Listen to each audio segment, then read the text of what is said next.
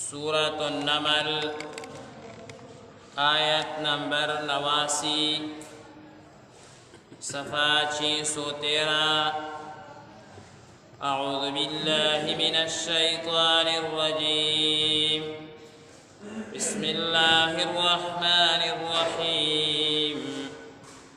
मन जाअ बिल हसनति फलहु खैरुम मिन्हा वहुम मिन फ़ज़अ यौमइज़िन आमिनून वमन जाअ बिस्सय्यअति फकुब्बत वुजूहुहुम फिन्नार हल तुजज़ौन इल्ला मा कुन्तुम तअमलून इन्नमा उमिरतु अन अअबुद रब्ब हाज़िहिल बल्दति الذي حرمها وله كل شيء وأمرت أن أكون من المسلمين وأن أتلو القرآن فمن اهتدى فإنما يهتدي لنفسه ومن ضل فقل إنما أنا من المنذرين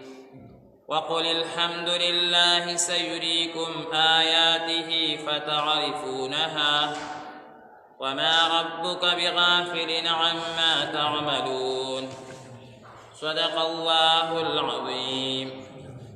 بسم الله الرحمن الرحيم من جاء بالحسنة سوق راشدني كيسرا فله خير منها ناغد پارا دین بہتر بدلدا وهم او دا خلق من فضع دو يرنا يومئذ لدى غورة دا قيامت آمنون فآمن كببي ومن جاء بالسيئة او سوق جراشي بدي سرا فكبت نغلتبا واشولشي وجوههم وخنددي في النار فقور کی هل تجزونا بدلا نشی ورکول کی دے الا ما کنتم تعملون مدا غصہ چتا سکم عمل کولو انما امرتو بشکا ما تحکم شوے دے ان اعبدا از عبادتو کما رب هذه البلدہ رب دی خار الذي حرمها کم چی دتا عزت ورکڑے دے ولہو کل شئی او داغد پارا دے ہر شے و امرتو او ما تا حکم شوے دے ان اکونا جز شما من المسلمین مسلمانانونا وان اتلو القرآن او دا چیز تلاوتکم دا قرآن فمن اهتدى فسوک چلار عمومی فإنما يهتدي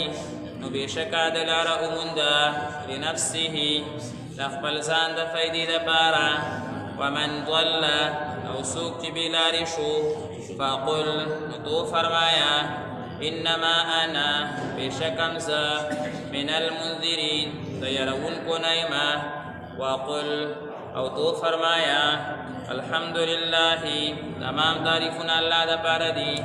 سیوریکم ابصر خیتاستا آیاته ولنخی فتعرفونها ببتاسو غو بجنی وما ربك بغافل او ندستا رب غافلا عما تعملون دا غاملوننا چتاسوی کوئی بسم الله الرحمن الرحیم دی سورت مبارکہ سورت النمل فآخر کی اللہ تبارک و تعالی سلور خبر آغا ذکر کئی یو دا خبر اللہ تعالی ذکر کئی چی دا آخرت دا سخت ورزی دا نجات دا پارا انسان تا ضروری دی چی آغا قبر او آخرت تا دا زان سر نیکی یوسی کم انسانم اللہ تعالی فرمائی چی پا نیکی سر منترالو فله خیر منها ناغتبا د دین بهترین بدلا هغه ملاوي دا ټول دنیا چې څومره دا دی ټول ته الله تعالی لګوي دا او ذلیل او رسوای ورته ویلی دا او خپل بدلی ته بهترین ویلی دا انسان دی سوچو کی چې په دې دنیا کې الله تعالی څومره سيزونه پیدا کړی دی او دا د الله تعالی په نسبت باندې لګ دي او الله تعالی خپل بدلی ته بهترین وي نو معلومیږي دا چې د الله تعالی غ بدله د دې دنیا نه څو چنده سیوا او زیاته ده. یو د نیکۍ دا فایده ده. دویمه دا فایده ده چې پرونی آیت مبارکه کې راله چې د قیامت شپېلۍ کله ووهلی شي نو د ځمکې او د اسمان مخلوق هغه به یریږي، مګر څه خلق هغه به نه یریږي. هغه کم خلق دی؟ نو الله تعالی فرمایي من جاء بالحسنة، څوک چې ځان سره آخرت ته نیکي راوړي، نیک اعمال وکړي، او چا چې بد اعمال وکړه نو د هغې سزا هم الله تعالی ذکر کوي فکبت وجوههم فی النار، الټا به جهنم ته هغه واچولی شي. د هغې سزا انتهایي سخته ده او هغې ته به وویلی شي چې دا بدله چې تاسو ته میلاویږي دا ستاسو د اعمالو ده.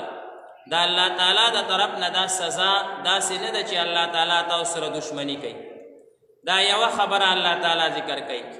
درې نورې خبرې هغه ذکر کوي. یو دا چې الله تبارک وتعالی فرمایي چې تاسو خالص زما عبادت وکړئ. نبی کریم صلی الله علیه وسلم ته د دې حکم شوی دی، تمام امت ته د دې خبرې حکم شوی دی چې خالص مخلص د یو ذات عبادت وکړئ چې هغه د الله تعالی ذات دی. د الله نه علاوه هیڅوک د عبادت لایق او قابل نه دی. د بل چا عبادت کول، بل ته سجده کول، یا د بل چا داسې تعظیم کول لکه څنګه چې انسان د الله تعظیم کوي، دا حرام او کفر دی. دا الله تعالی وی خالص زما عبادت وکړئ. او د دې خبرې حکم نبی کریم صلی الله علیه وسلم وی ماتم شوی دی، او هغه رب راته حکم کړی دی کوم رب چې دا حرم شریف محترم ګرځولی دی. دویم په دې څیز باندې استقامت حاصل کړي، په دین باندې استقامت اصل دی. نن سبا ډېر خلک دینداره شي خو استقامت پکې نه وي، دا دینداري ناکامه ده. علما لیکي که یو کس د ورځې 1000 رکعته نفل وکړه او بیا بله ورځ دې لمونځ هم نه کوي، او بل کس دی هغه روزانه صرف 2 رکعته نفل کوي او فرض لمونځ کوي، دا 2 رکعته نفل والا افضل دی. ځکه هغه 1000 رکعته خو یو ځل وکړه. یا مثال په طور باندې روژې تېرې شوې، روژې به وي او تلاوتونه به وو، ذکرونه به وو، او چې کوم دی نو څه به وو، او اوس خیریت دی. نو دا روژه مفیده نه ده. دا روژه دغه ختمونه دا ذکرونه دې ګورې موږ ته هېڅ فایده رانه کړه، ځکه چې استقامت پرې رانلو. استقامت سره که یو انسان فرض روژه نیو او تراویح کول، یو نیمه سپاره یا سپاره یا پاو تلاوت یې کول او اوس هم کوي، نو باقاعده دا انسان کامیاب شو، دا انسان کامیاب دی. او که په روژه کې یو انسان 100 ختمونه وکړه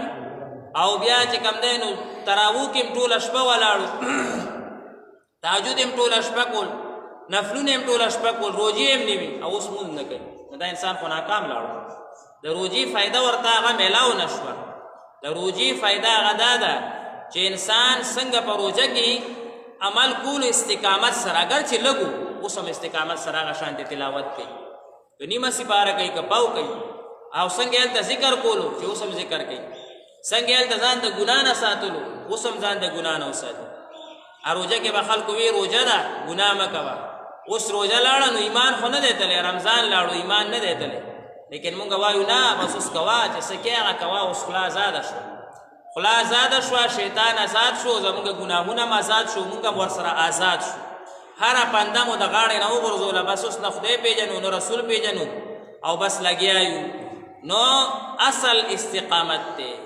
نبی کریم صلی الله علیه وسلم فرمایي چې ما ته دا حکم شوی دی چې ته استقامت سره د الله تعالی عبادت کوه. او دریم الله تعالی فرمایي چې کله ته په دین باندې روانې د الله عبادت کې، نو دې کې به تا ته مشکلات مخې ته راځي. نو چې مشکلات مخې ته راځي نو څه به کې؟ د قرآن مجید تلاوت. د مشکلاتو کې د قرآن مجید تلاوت کې، نو دې سره به زړه ته سکون میلاویږي، د الله رحمت به نازلېږي. او بل دا قرآن مجید کې د دې نیکانو خلقو دپاره او د نبی کریم صلی الله علیه وسلم د صحابه کرامو دپاره تسلیانې دي، یا تسلي سره به زړه ښه کېږي. نبی علیہ الصلوۃ والسلام ته الله تعالی ځای په ځای فرمایي ولا تحزن علیهم، خفه کېږه مه، ولا تک فی ضیق، زړه مه تنګوه، مما یمکرون، دا خلک چې کوم لګیا دي او ستا خلاف سازشونه کوي، یا د دین خلاف سازشونه کوي، یا د دین خلاف خبرې کوي، پروپیګنډې کوي، هېڅ پروا مه کوه. نو استقامت سره تلاوت هغه لازمي دی. چې انسان تلاوت کوي استقامت به پکې پیدا کیږي چې انسان تلاوت کوي نو باقاعده غمونه به ختميږي ورته به سکون او راحت او اطمینان هغه ملاويږي نو دا حکمونه نبی علیہ الصلوۃ والسلام ته الله تعالی په آخر کې ذکر کا دا ټول امت ته دا حکم دی چې انسان د نیکی کارونه کوي د الله تعالی خالص عبادت کوي او استقامت سره کوي لږ عمل دی کوي استقامت سره دی کوي پاو تلاوت دی کوي استقامت سره دی کوي روزانه فرض منځونه دي صرف فرض منځونه دي کوي روزانه دي کوي یو 2 رکعات نفل دي کوي روزانه دي کوي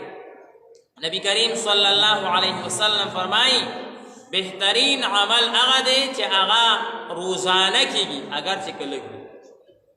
چې کله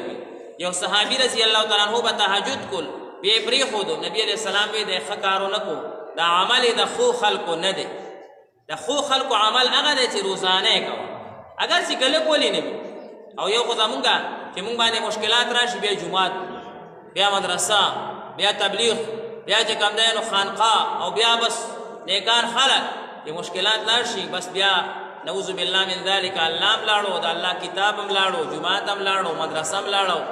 تبلیغ او خانقاه لاړو دی وجه الله تعالی په مونږ باندې مشکلات راولي چې دې ما تراشي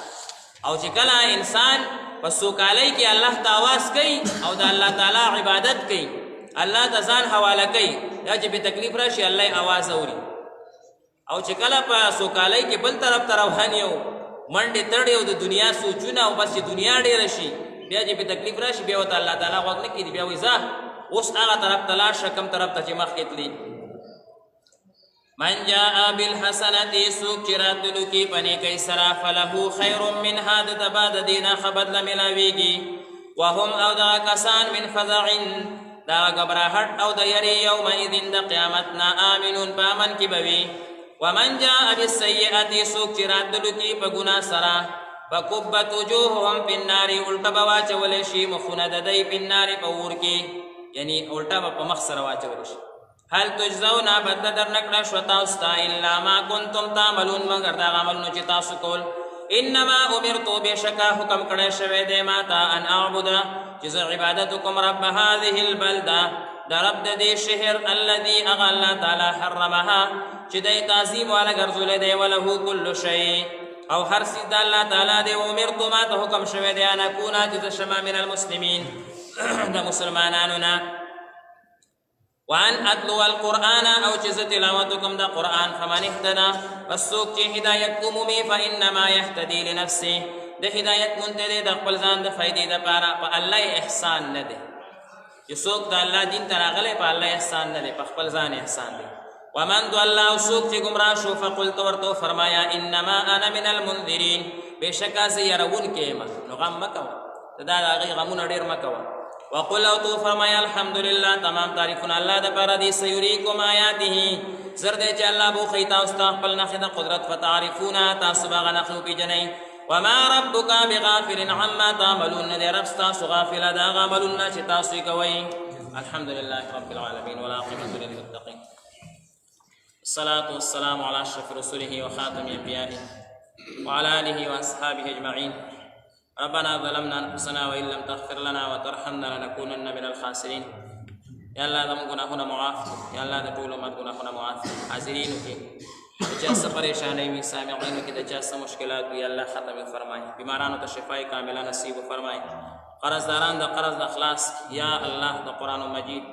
احادیث مبارکہ و عمل و فهم نصیب فرمائے یا ارحم الراحمین اخلاص و استقامت نصیب فرمائے تلاوت توفیق رات نصیب فرمائے ذکر اذکار توفیق رات نصیب فرمائے